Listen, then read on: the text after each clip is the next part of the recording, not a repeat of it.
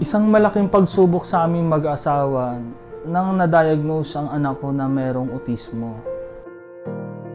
Mrs., base po sa evaluation na ginawa namin sa inyong anak, siya ay nagtataglay ng isang sakit na tinatawag na Autism Spectrum Disorder.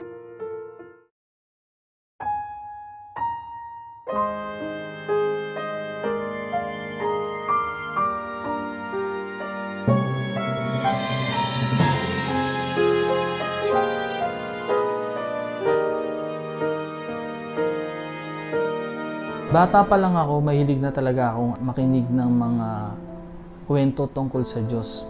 Kaya, nung bata pa lang ako, naging aktibo na ako sa simbahan. Nakilala ko ang kapatid na Ellie nung nagiinuman kami magkakaklase. Galing! Nagtataka ako kung sino yung ginagaya nila. Ngayon, ang ginawa ko, hinahanap ko yun. Doon nga na una kong natagpuan ang kapatid na Ellie. Nung una ko siyang narinig, talagang nagustuhan ko yung pangangaral ng kapatid na Ellie. At doon pa lang sa unang pakinig ko, nararamdaman ko yung mga tanong sa isipan ko nasasagot. Isang malaking pagsubok sa aming mag-asawa nang na-diagnose ang anak ko na mayroong autismo. Mrs., base po sa evaluation na ginawa namin sa inyong anak, siya ay nagtataglay ng isang sakit na tinatawag na Autism Spectrum Disorder. Talagang halos bumagsak ang langit at lupa sa amin. Malungkot kami ng mga panahon na yun. Palibasa, nakikinig nga ako kay kapatid na Ellie. Nagkaroon ako ng lakas ng loob. Naghahanap na ako ng Diyos sa buhay ko. Kasi talagang wala akong relihiyon na talagang tinuturing para maibsan yung aking mga kalungkutan. Lagi kong pinakikinggan ang kapatid na Ellie. Doon nga nalaman ko na yung aral ng bautismo. Kaya pinaghandaan ko talaga yung bautismo. Na sabi ko, sa tagal kong nakikinig kay kapatid na Ellie, siguro ito na talaga yung panahon na kailangan maanib ako sa iglesia ng Diyos. Kaya, ayun nga, pinagsikapan ko talaga mahanap yung lokal. Awa naman ng Diyos, natagpuan ko yung lokal ng Herbosa nung panahon na yon. Sa awa at sa tulong ng Diyos, nabautismuhan ako noong March 13, 2009. Hindi dumating ang isang taon, sa awa at sa tulong ng Diyos ay naakay ko ang aking asawa. Dahil sa mabuting pakikisama, habang naglilingkod kami, dumating naman sa punto na na-diagnose naman po yung aming pangalawang anak. Pero nung na-diagnose siya na may autismo din, hindi na katulad na noon na na-depress kami.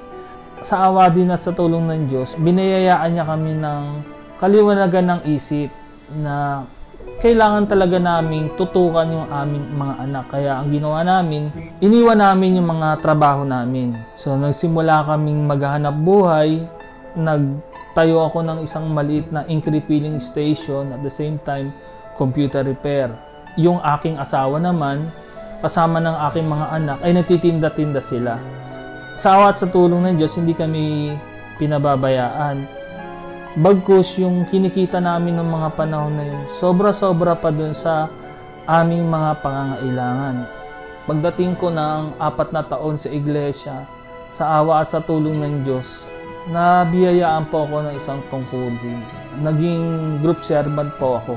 Pagdating naman ng 7 taon ko sa iglesia, sa awa at sa tulong ng Diyos, pinagkalooban po ako ng isang tungkulin na malaking kaaliwan po sa akin. Naging mga awit po ako. Tapos nabiyayaan po kami ulit ng panibagong tungkulin. Ang aking asawa po ay kinuhang diakonesa ng aming lokal. Kaya sa awa at sa tulong ng Diyos, ito po patuloy po kami naglilingkod kasama yung aming mga anak. Tapos nararamdaman namin sa araw-araw, tinuturuan talaga kami ng Diyos. Kumbaga ba, walang mabigat na problema kaming na-encounter sa panahon po ng aming paglilingkod. Sa ngayon po, sa awa at sa tulong po ng Diyos, ang aking mga anak ay nasa regular school na po.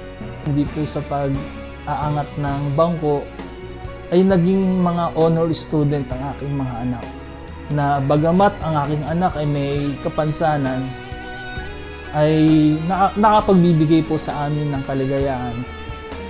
Kaya salamat po sa Diyos na nabiyayaan kami ng mga ganitong anak.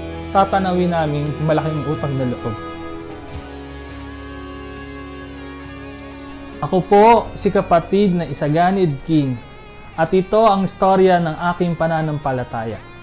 Salamat po sa Diyos.